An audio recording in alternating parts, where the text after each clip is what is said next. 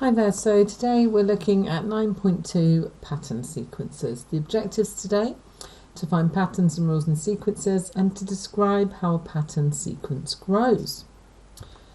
Prior knowledge before we start then, you need to make sure you understand the word term when used with sequences. You should have completed the previous lesson.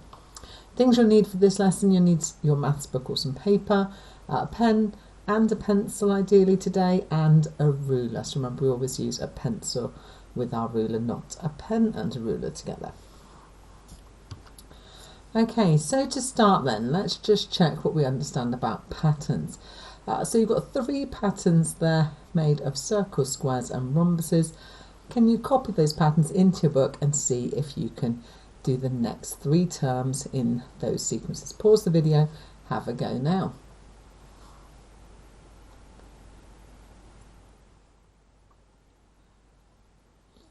Okay, so let's have a look then. So our first one's going circle, square, circle, square, circle. So we would expect it to continue square, circle, square. The second pattern, circle, circle, square, square.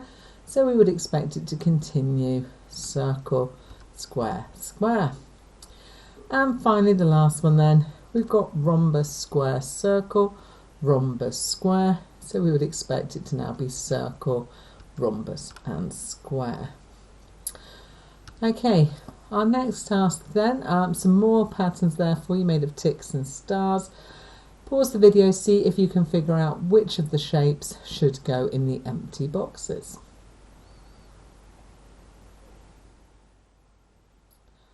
Alright, so our first one then, we've got tick, tick, tick, star, tick, tick, tick. So we'd expect to see star. We've got tick, star, star, tick, star, star. So we'd expect to see a tick. Our next one, star, star, tick, tick, star, star. So we expect tick, tick. And in this one, we're missing one in the middle of the pattern rather than at the end. So it goes tick, star, tick, star, tick, star, and tick. Okay, hopefully that's got us thinking about different patterns using pictures, and that's what we're going to be looking at today, is how we could continue a pattern using diagrams and pictures. So we're going to start looking at how we can grow a pattern. So we've got a pattern that starts with a single dot.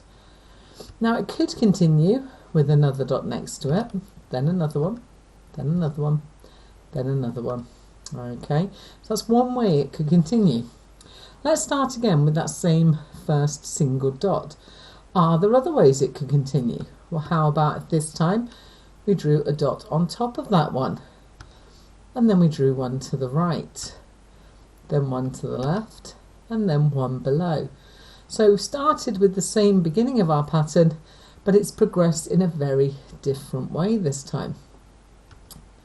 Okay, and then we could continue it by doing the same again. So one above, then one to the right, one to the left, one below. Let's start another one then. So again, a single dot. So this time we've started by putting a dot on all 4 sides of it. Now all 4 sides again, all 4 sides again. So that's 3 different patterns starting from that same beginning. One more then. This time we've done one above and one to the left. One above, one to the left. Same again, same again. So you can see that although we've started with the same single spot at the beginning, the way the patterns grow is very different. So when we're looking at a pattern, we need to see usually at least the first 3 terms in the sequence to have an idea of how that pattern might continue. Sometimes we may need even more before we can really see how that pattern is progressing. Okay, so our key point then, we can draw the next pattern in a sequence by working out how the pattern grows. Alright, so now it's your turn then. So we've got 3 different patterns below. For each one, you need to draw the next 2 patterns in the sequence. Below each shape, write down the number of squares in each pattern. Then describe the rule for getting the next number of squares and see if you can predict the 6th and 7th shapes without drawing them. So you need to do that 3 times, once for each of the different patterns. Pause the video and have a go now.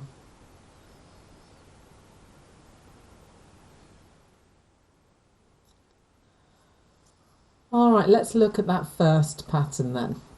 So these are our squares. So we're asked to draw the next two patterns. So hopefully you can see we started with one, we've got one above, one to the left, another one above, another one to the left. So we seem to be adding one to the top and one to the left each time. So we'll continue that pattern for the next two. We're then asked to write the number of squares underneath each pattern. So 1, 3, 5, 7 and 9.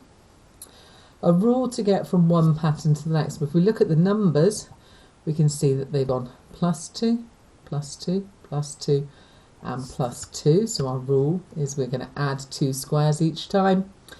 And if we want to figure out the 6th and 7th ones without drawing them, we're at the 5th term here. So if we add 2, we get 11. And if we add 2 again, we get 13.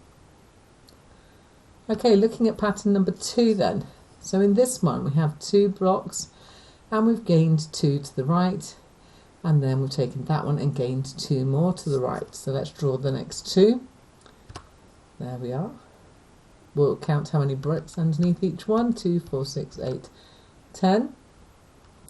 The rule then to get from one to the next, to get from 2 to 4, we've added 2. From 4 to 6, we've added 2.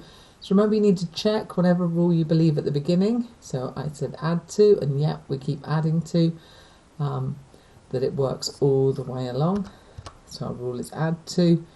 And if I want the next 2 patterns, I start with 10, add 2, we get 12, and add 2 to that, we would get 14. Finally, pattern number 3 then. So here we've got our brick in the centre, and we've got 1 to the left, 1 to the right and 1 below. Again, 1 to the left, 1 to the right, 1 below. So we'll continue that sequence.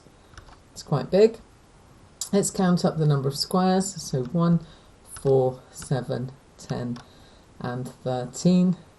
So the rule to get from one to the next, from 1 to 4, we have to add 3. 4 to 7 is add 3, add 3, add 3. So our rule is definitely add 3. So the next 2 patterns, 13 plus 3 is 16, and 16 plus 3 is 19. Hopefully you've been able to see how those patterns have grown, and by using the numbers, it's then easy to find a rule for that pattern and to work out how many squares the next shapes would have. Okay, so we're going to look a bit more in depth at using our numbers to help us predict our patterns. So here we've got a pattern made of sticks. So in my first triangle, it's made of 3 sticks or matches. So there we are, 3 matchsticks there. We're asked first of all then to complete the table for the first 3 shapes. So number 1's been done for us. This one here then, 1, 2, 3, 4, 5. And this one, 1, 2, 3, 4, 5, 6, 7. So we've filled in the table for the next. So we've got the first 3.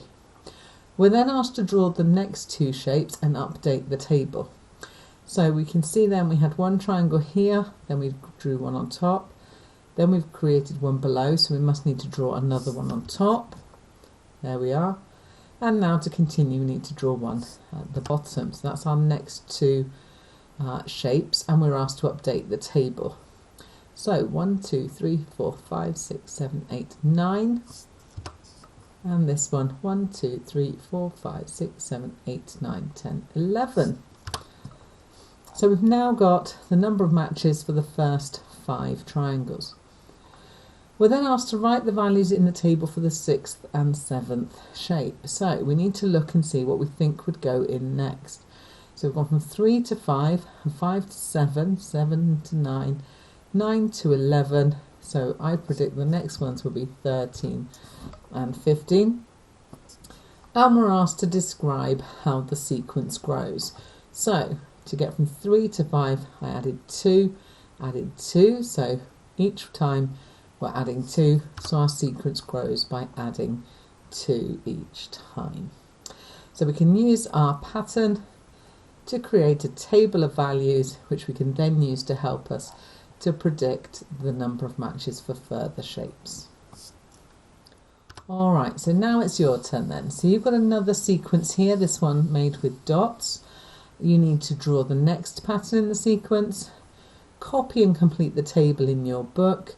It says number of squares, but we're using dots, so fill in the number of dots and describe how the sequence grows.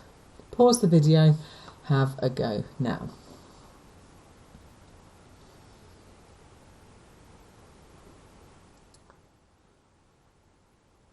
Okay then, so if we want to draw the next pattern in the sequence, we would have this pattern, pattern number 4.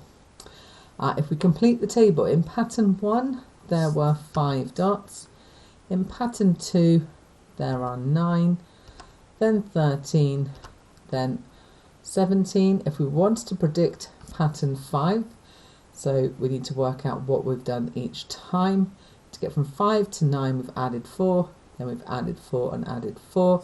So pattern 5 will have 21. And to describe how the sequence grows then, we're just going to describe the rule that we use to get from one number to the next. And we were adding 4 each time. Check your answers, make sure you're happy with those.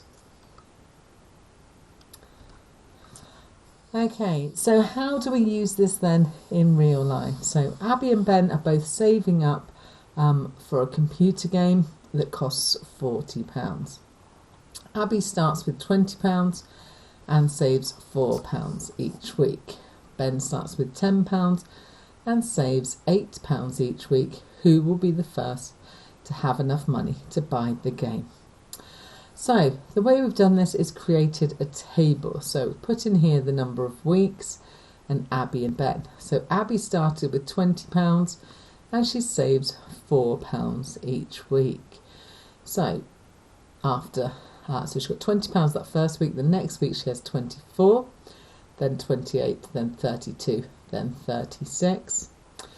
For Ben, he started with £10, so the next week he'll have 18, then 26, 32 and 40. So we've completed the sequence by starting with the original number and adding 4 each time for Abby, adding 8 each time for Ben.